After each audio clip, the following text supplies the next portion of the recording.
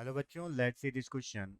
In a new system of unit where G, C and H are chosen as a fundamental unit, find the value of kilogram, meter and second in the term of new unit of mass, length and time, MP, LP and TP. तो बच्चों सबसे पहले हम देखेंगे यहाँ पर की concept. यहाँ पर की कॉन्सेप्ट होगा if any formula have formulas have same physical unit, then its dimension is also equal। अब हम बात करते हैं यहाँ पर सॉल्यूशन की। सॉल्यूशन तो बच्चों यहाँ पर हमें क्या दिया हुआ है, हमें ये दिया हुआ है कि हमें मास, लेंथ और टाइम को किस टर्म में निकालना है, जी सी एच की टर्म में निकालना है। तो अगर मेरे को जी सी एच की टर्म में निकालना है तो मैं पहले इनकी डायमेंशन लिखूंगा। जैसे जी की जो डायमेंशन है ये क्या है, एक ग्रेविटेशनल कांस्टेंट है, तो इसकी जो डायमेंशन होती है वो क्या होती है, m-1 L3 और t-2। और अगर h क्या है, यहाँ पर प्लांक कांस्टेंट है, तो इसकी जो डायमेंशन है वो क्या होती है, m1 L2 t-1। और c क्या है, यहाँ पर वेलोसिटी है, तो इसकी डायमेंशन होती है m0 L1 t-1। तो अब मुझे क्या करना है, इनको मास की टर्म में मेरे को क्या करना है, फाइंड आउट करना है। ठीक है, तो मैं मास की भी लिख लेता हूँ। मास की जो होगी उसको मैं m से रिप्रेजेंट कर रहा हूँ, तो वो हो जाएगी m1 L0 t0। तो m मेरा जो होगा वो किसके इक्वल होगा, c की पावर मैंने ले लिया यहाँ पर a, h की g की पावर मैंने ले लिया b और h की पावर मैंने ले लिया है c।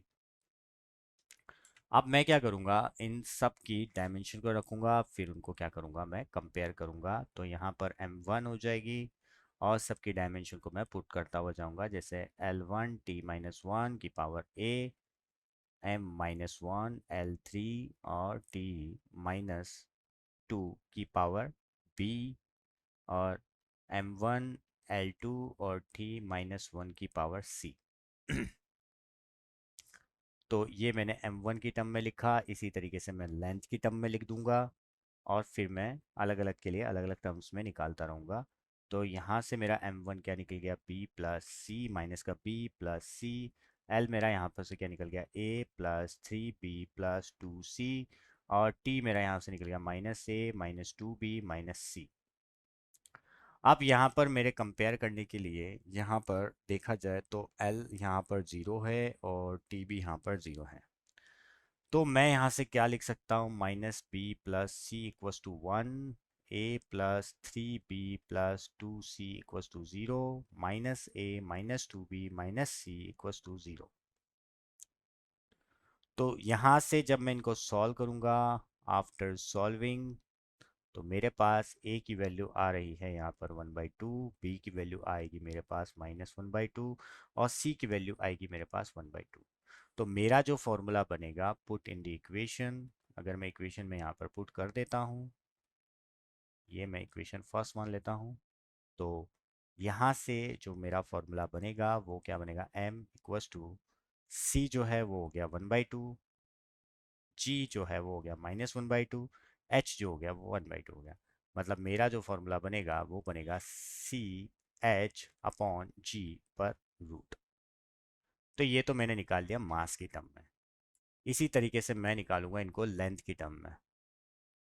तो इन दी टर्म ऑफ लेंथ अब वहाँ पर बस एक छोटी सी चीज़ है कि यहाँ पर m जो है हमें वो बोला गया है कि एम पी के टर्म में लिखेंगे, इसको एम पी लिखेंगे। अब लेंथ की टर्म में अगर मैं लिखूंगा तो यहाँ पर एल के मैं इक्वल में लिख दूंगा। तो एल इक्वल्स टू मेरा जो मैं लिखूंगा सी की पावर ए, जी की पावर बी और एच की पावर सी। तो लेंथ का हो जाएगा L1, M0 और T0, और वेलोसिटी का T1 1 माइनस, और G का जो होगा वो हो जाएगा M-1, L3 T-2 की पावर B, और प्लांक कांस्टेंट का हो जाएगा M1 L2 और T-1 की पावर C। तो यहाँ से मैं लिखूंगा तो मैं मास को लिखूंगा -b प्लस सी, लेंथ को लिखूंगा a plus 3b plus 2c, और टाइम को लिखूंगा मैं -a-2b -c। अब मैं क्या करूंगा, इनको कंपेयर करूंगा m0 l0 10 से। तो मेरा यहाँ पर हो जाएगा a plus 3b plus 2c equals to 1, -b plus c equals to 0, -a plus -2b -c equals to 0। b c के इक्वल आ जाएगा।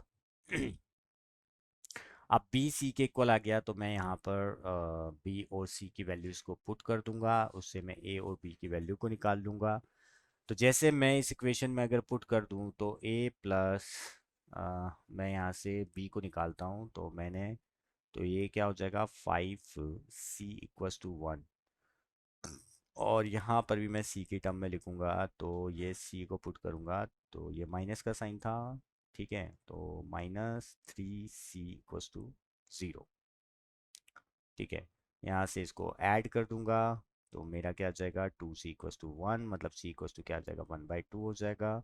c की वैल्यू 1/2 है तो b की वैल्यू भी क्या हो जाएगी मेरी 1/2 हो जाएगी।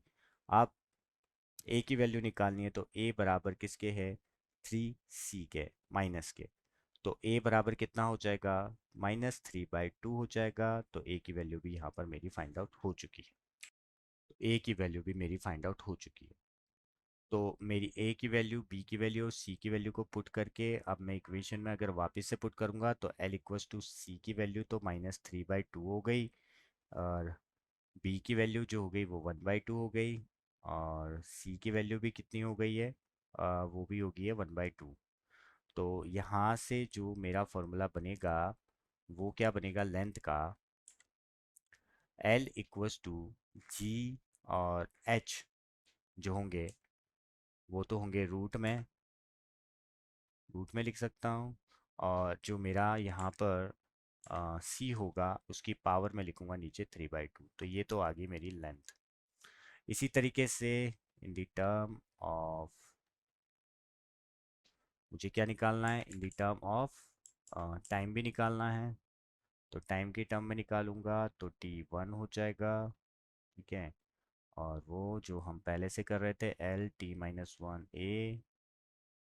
इसको मैं डायरेक्टली करता हूँ, मैं यहाँ पर इसी इक्वेशन को, इसको इक्वेशन 2 मान लेता हूँ, इसको मैं डायरेक्टली यहाँ पर पुट करता हूँ, ठीक है। तो मेरा जो टर्म बना था यहाँ पर वो बना था m की power -b plus c l की power a plus 3b plus 2c, और t की जो पावर थी मेरी वो थी -a-2b प्लस c।